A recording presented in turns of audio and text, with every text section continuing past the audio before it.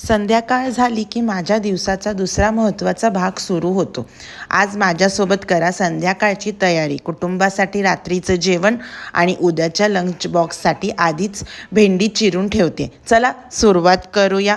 तर इथे मैत्रिणींनो मी आली आहे वॉकला माझ्या टोगोला घेऊन आणि इथे थोड्या वेळ त्याला वॉक दिल्यानंतर मी वरती जाईल घरी आणि आता मी करते आहे डिनरचं प्रिपरेशन.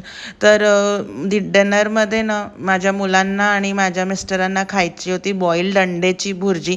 सो मी तेच प्रिपेअर करत होती. इथे माझ्या घुमक्कडमध्ये मी पटापट कांदा आणि मिरची वगैरे सगळं चॉप करून घेतलं आणि या पॅनमध्ये मी अंडा भुर्जीची तयारी करायला ठेवली. त्याच्यात काही बेसिक मसाले घातले. खाली जायच्या आधीच भेंडी चिरून ठेवली होती मी उद्यासाठी, कारण उद्याच्या लंच बॉक्समध्ये मी भेंडी घालणार आहे. आणि आय होप तुम्ही आपली सिरीज 30 डबे 30 दिवस 30 लंच बॉक्स एन्जॉय करत असाल तर मला कमेंटमध्ये नक्की सांगा की तुम्हाला अजून कुठली सिरीज बघायला आवडेल. मला ती तुमच्यासाठी नक्की घेऊन यायला आवडेल.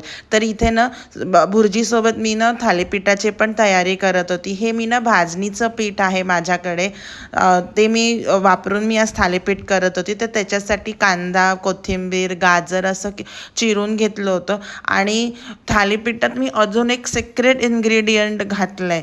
ते काय सांगू का, सकाळी मी जे वरण केलं होतं ना ते थोडं उरलं होतं. आता मी दुसऱ्या दिवशी साठी तर उरू देणार नाही ते वरण. मग मी विचार केला नुसती भुर्जी तर होणार नाही आणि मी भुर्जी खात नाही. सो मी इथे त्या वरणाला वापरून करते आहे सगळ्यांसाठी मस्त असे थालीपीठ.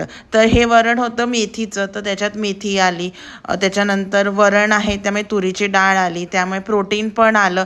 तर असं मस्त एकदम हेल्दी असा आमचा डिनर होता. तर इथे मी असं छान थालीपीठाचं भिजवून घेतलं आणि त्याला मी डायरेक्टच तव्यावर थापलं.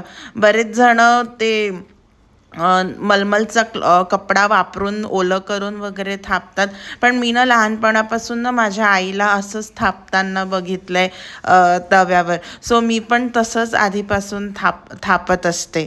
तर इथे मी एकीकडे भुर्जी फोडणीला घातली आणि एकीकडे थालीपीठ शिजायला ठेवलं होतं. आणि मग तोपर्यंत ना जो काही पसारा ओट्यावर होता ना तो मी पटपट असा आवरून घेतला, कारण ना मुलं पण वाट बघत होती जेवणाची. तर इथे जे काही भांडे निघाले होते ते सगळे मी पटकन विसळून डिशवॉशरमध्ये घातले आणि उरलेला पूर्ण ओटा असा छान असा स्वच्छ करून घेतला.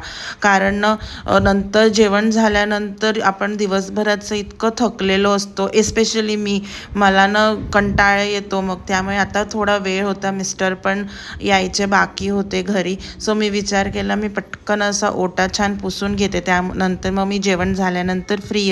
आजचं माझं संध्याकाळचं रुटीन तुम्हाला आवडलं असेल तर व्हिडिओला लाईक करा, कमेंटमध्ये सांगा तुम्ही उद्याच्या स्वयंपाकाचा तयारी रात्रीच करता का. आणि अशाच Marathi lifestyle, home making, cleaning, organizing आणि लंच बॉक्स व्हिडिओजसाठी द गुज्जू पुणेकरला सबस्क्राईब करायला विसरू नका.